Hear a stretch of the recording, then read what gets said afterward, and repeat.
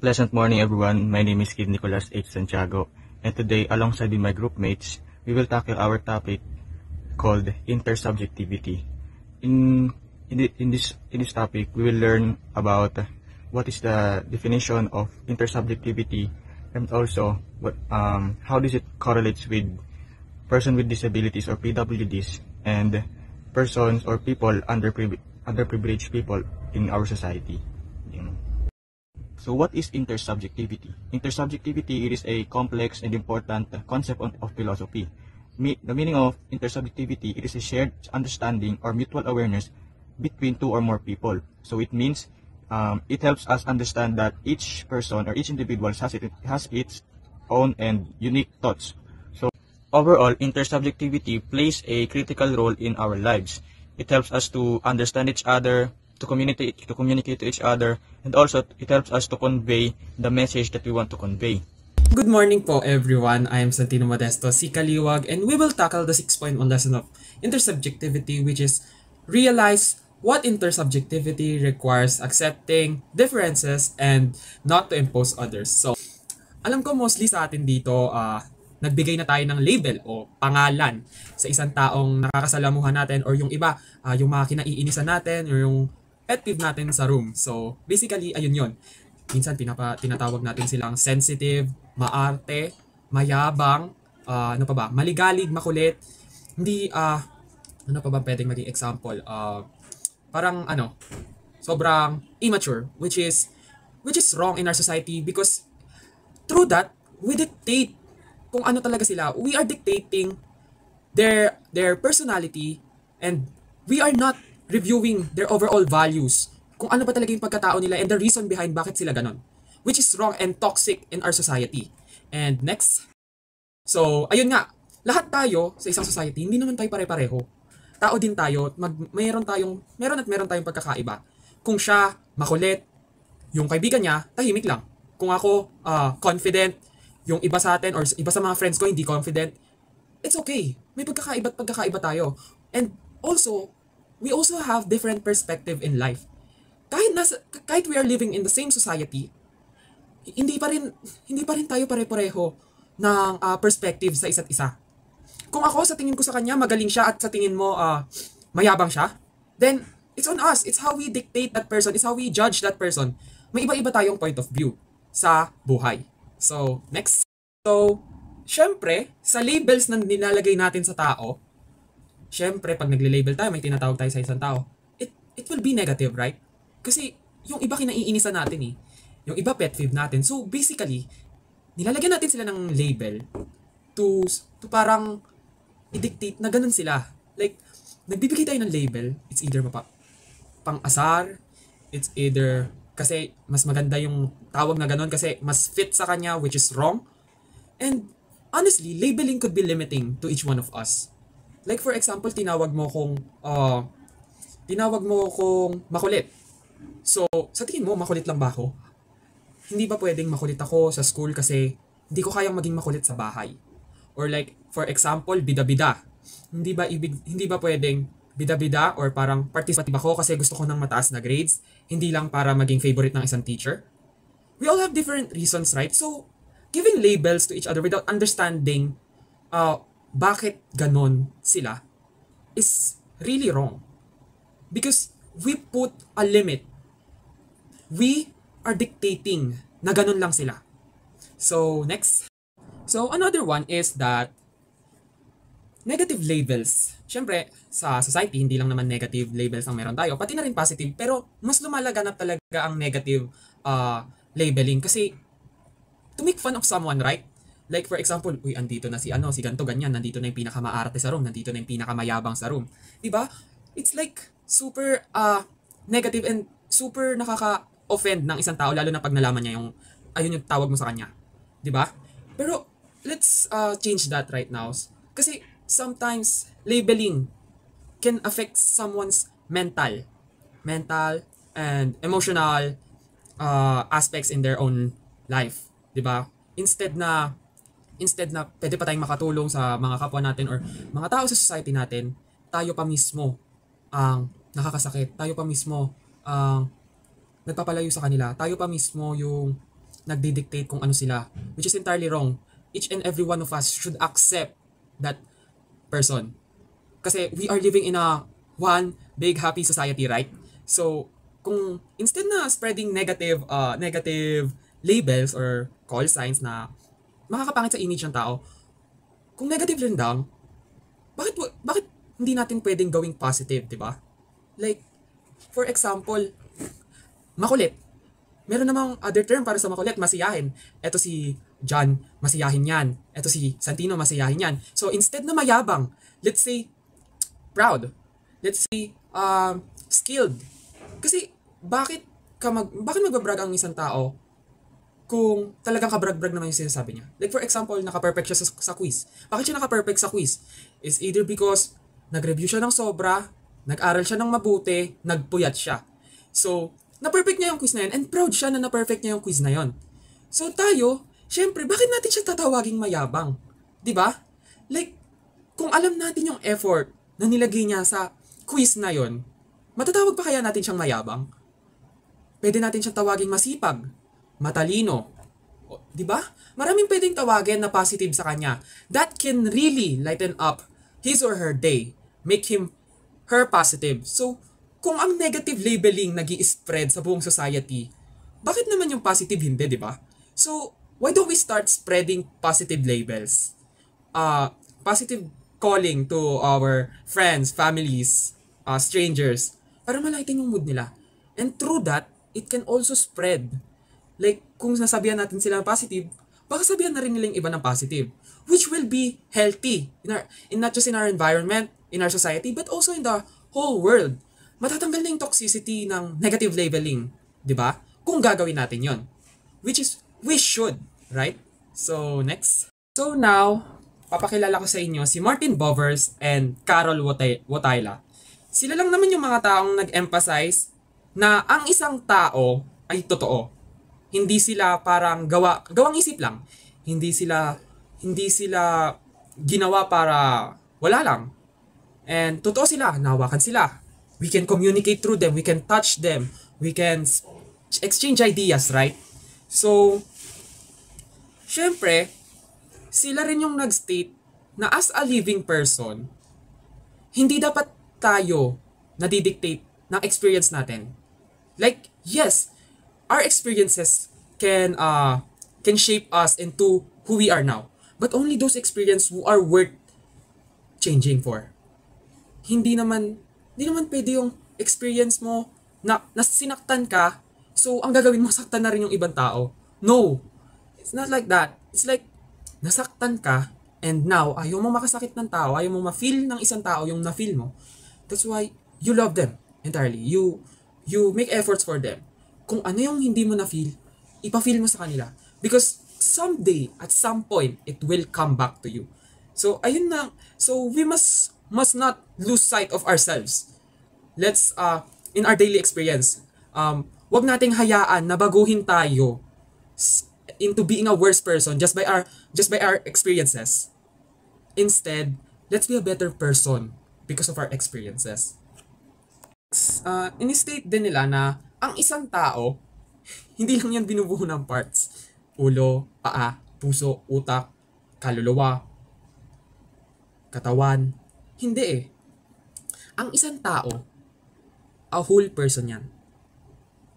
We shouldn't base kung kulang sila in the physical, but in physical, mental, we shouldn't judge the person through that. Because each and every one of us are whole. Tao tayo. Hindi tayo dapat parang robot na parts lang, parte-parte lang. Because tao tayo. Our whole body function as one. It's to function our purpose. It's to do what we want. We think because we are able to think, right? We express thoughts because we can express thoughts. We can play something, we can play a guitar because we can play a guitar. We want to play a guitar. Hindi ba, kapag nagigitara tayo, hindi lang naman kamay ang gumagana eh. Isip din kung ano yung gagalaw ng kamay natin, kung ano yung tunog na gusto natin, kung ano yung kanta na tinutugtog natin. So, di ba doon pa lang nare-realize natin na ang body natin nagfa-function siya as isa. nagfa-function siya clearly to serve a purpose. So to continue sa natapos na part about the social dimensions of the self, allow me to introduce you to the we relation and the I-you relation. So kapag sinabi nating we relation, so from the word itself, we, sabihin plural yan, madami. So we relation is a group-based relationship kung saan bawat isa or yung individual ay are sharing a same common goal. So for example, sa isang group, for example, meron kayong group project na kailangan ipasa ng Monday. So, masasabi mong may we relationship kayo kasi you share the same goal, you share the same objective, and goal nyong maipasa yung project nyo sa exact deadline. So, you share the same goal. Parehas kayo ng gustong ma-achieve. Isa lang yung gusto nyong magawa. Isa lang yung gusto nyong ma-achieve. Gusto nyong mapasa yung project nyo on time. So, that is we relation. Kapag sinabi naman nating I-you relation, it is a mutual relationship. Kung saan, kunwari, ako at ikaw. Ako nakikita kita as a very unique person kasi ganto ka. Compare kay ganto ka. So, pag sinabi mong I-you relationship, direct encounter mo yan sa isang tao. Kung saan ma-acknowledge mo siya as you. Ma-acknowledge ka niya as you. Ma-acknowledge ka niya in some way that would make you feel as unique na hindi ka... Kasi ang mga tao, hindi yan pare-parehas. Ako, mas matangkad ako. Ikaw, mas matangkad ka sa akin, o kaya mas maliit ka sa akin. Hindi tayo pare-parehas. So, for example, ako at ikaw, mas matangkad ka sa akin, mas matangkad ako sa'yo. I-you relationship, ako maliit, ikaw matangkad. Mas unique ka kaysa sa akin, unique ako kaysa sa'yo, kasi ako maliit, ikaw matangkad. So, I-you relationship, yon. So, Martin Buber, he is known for his work that is called I and thou, or yung I and you relation.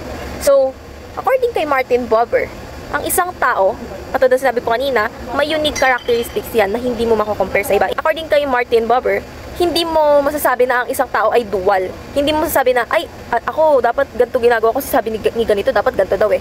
Ang point ni Martin, ang isang tao ay unique siya kasi sa pamaraan na meron siyang free will. So, ikaw, meron kang ability to think for yourself, to decide for yourself. So, you're a human person, buo ka, concrete ka, may relation ka sa ibang tao, kasi nakaka-encounter mo sila, and lahat ng tao hindi yan pare-parehas. So, meron tayong I-thou relation and I-it relation. So, anong pinagkaiba nila? I-thou relation or I-you relation, person to person. So, ibig sabihin ako, ikaw, tao sa tao. Sabi mo namang I-it relation, person to thing yan. So, ayan yung pinagkaiba nila. Pag sinabi mong I-thou relation, person to person yan. Pag sinabi mo namang I-it relation, person to thing. Pag sinabi mong I-it relation, walang mutuality dyan. Bakit? Sabihin natin, ako naggalit ako sa cellphone ko. Kasi, yung binabasa ko, ang tagal mag-loading. Ano ba yan? Ang tagal mo mag-loading. Nakakainis sa tapo ko ng cellphone na to. Pinagkapares ba kami ng cellphone na yun? Technology ba ako? Hindi. So, wala kaming something na mutual ng cellphone na yon. Kasi hindi naman ako cellphone, tao ako. So, I-it relation. So, papakilala ko naman sa inyo si Saint Pope John Paul II. Meron siyang isang work na kinikriticize, which is yung Fides et Ratio. So, kinikriticize ni Karol Wojtyla yung Fides et Ratio. Bakit? Kasi, according sa letter na yon, kinonsider ang human as a rational animal. Hindi umaagree si Carol na ang isang tao daw ay rational animal. Kasi tayo, katulad sinasabi ko kanina, katulad sinasabi namin at mga nakaraang reporter pa, meron tayong free will.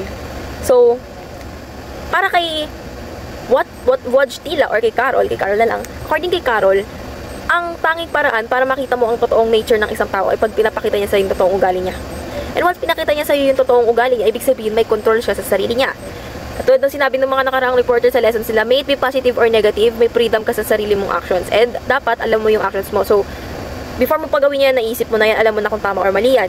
So, yun ang isa sa mga bagay na sinasabi ni Carol na kaya di siya pumapayag or nag-disagree siya sa belief or traditional belief na ang isang tao daw ay rational animal. Kasi tayo, nag-exist tayo, nag-act tayo according sa gusto natin, according to our own will. Meron tayong mga self-determination. So, yung pag-participate natin sa everyday activities, kung ako gigising ako, maliligo ako, free will ko na yun. Sabihin, hindi ako rational animal. Kasi ang isang animal, pag sinabi mong sit, maupo ka, maupo yan. Even though tayo, nauutusan tayo, meron tayong ability na hindi sumunod. Oo, meron ding ability yung mga animal na hindi sumunod, pero hindi kasi tayo animal. Tao tayo. Meron tayong sarili nating boses, meron tayong sarili nating opinion. We can speak up for ourselves. So, sinabi kong, ayoko niya, naiirita na ako sa ginagawa mo, ganito, ganyan. Kaya ba sabihin ng aso yan sa'yo? Totoo lang kaya ang dating kanya, pero hindi niya masasabi sa'yo, ayoko na ganyan, lagi mo kung ginagawa, hindi kanya magaganon. Tao lang makakagawa nun.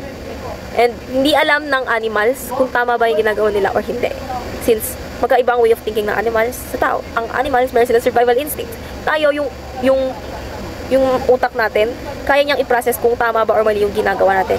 Which is why, hindi tayo rational animal. Kaya nga sinasabi ni Carol or ni Saint Pope John Paul II, a human is not a rational animal. Sinabi dito that action reveals human nature. So, naniniwala ba kayo sa sinasabing action speaks louder than words? So, to be able to see or to see through a human or someone, kailangan mo munang makita yung actions niya. Talk about appreciating the talents of persons with disabilities or PWDs. At first, parents will feel shocked, sad, bitterness, anger, and guilt when they had given birth to a person with disabilities. Not because they hate their child, but because of the guilty feelings that they are carrying, most likely blaming themselves. Aside from these unfavorable emotions and feelings, study shows that families who have a PWD children are most likely stronger. There are different types of PWDs. Some are hearing impaired, diabetic, asthmatic, or cystic fibrotic person. Study shows that mothers of asthmatic kids were often more positive than other mothers, while on the other hand, fathers of asthmatic and cystic fibrosis kids were found to be more social and caring. In short, it shows that while having a child with a disability can be tough and emotional for parents, it also helps family values, life, and family relationships more deeply. In 1712, Jean-Jacques Rousseau said that women should be educated to please men. Dati, naging normal na ang mga babae ay nasa bahay lang at ang mga lalaki yung nagtatrabaho. Ang mga babae naman, sila ang gumagawa ng mga gawaing bahay. Hindi katulad ng mga lalaki, nagtatrabaho lang. Jean-Jacques Rousseau believes that women should be useful to men. Unlike Mary Wollstonecraft, he believes that women should be united to men. Mary Wollstonecraft, ang mga babae ay mahalaga. The song Babae advances the alternative image of the woman aspiring for liberation. The song moreover demonstrates that Filipino women are not simply oppressed. The song states about gender role assigned by the social order to women. Good day everyone, I am Khalil Janay Sanchez together with I'm Honey April B. Cabanilla. Today we will explain the authentic dialogue in accepting individual differences. Martin Heidegger says that a human are like a conversation. Hindi lang basta kwentuhan, kundi isang malalim na pag-uusap patungkol sa being o pagkatao.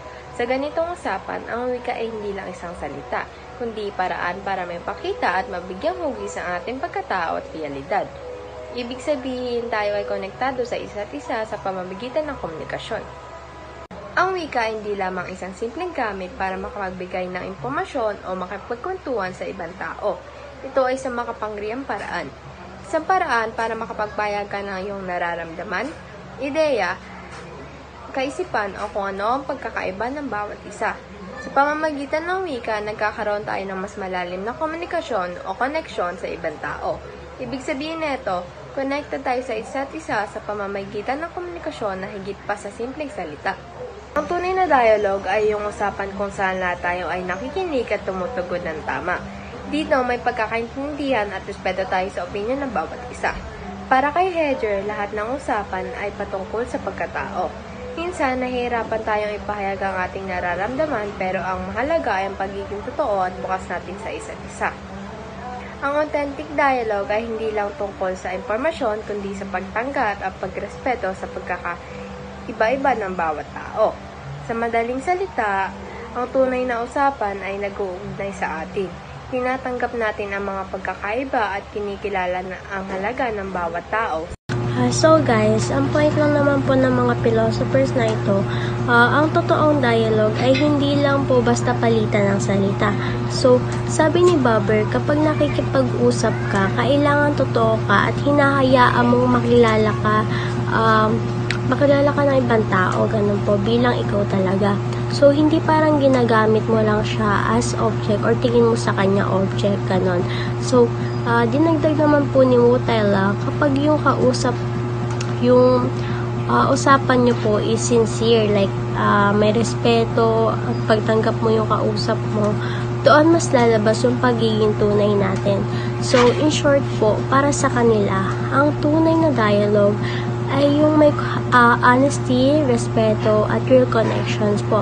So, hindi lang po siya small talk or mababaw na chika. Like for example po, kapag kausap mo yung friend mo, tapos nakikinig lang siya para sumagot, mababaw po yun. Pero kapag nakikinig siya kasi gusto kanya talagang maintindihan, yun po yung totoong dialogue. Thank you po. Perform activities that demonstrate the talents of PWDs and underprivileged sectors. The Philippine government supports the persons with disabilities by implementing laws that funds the needs of PWDs. Despite of this,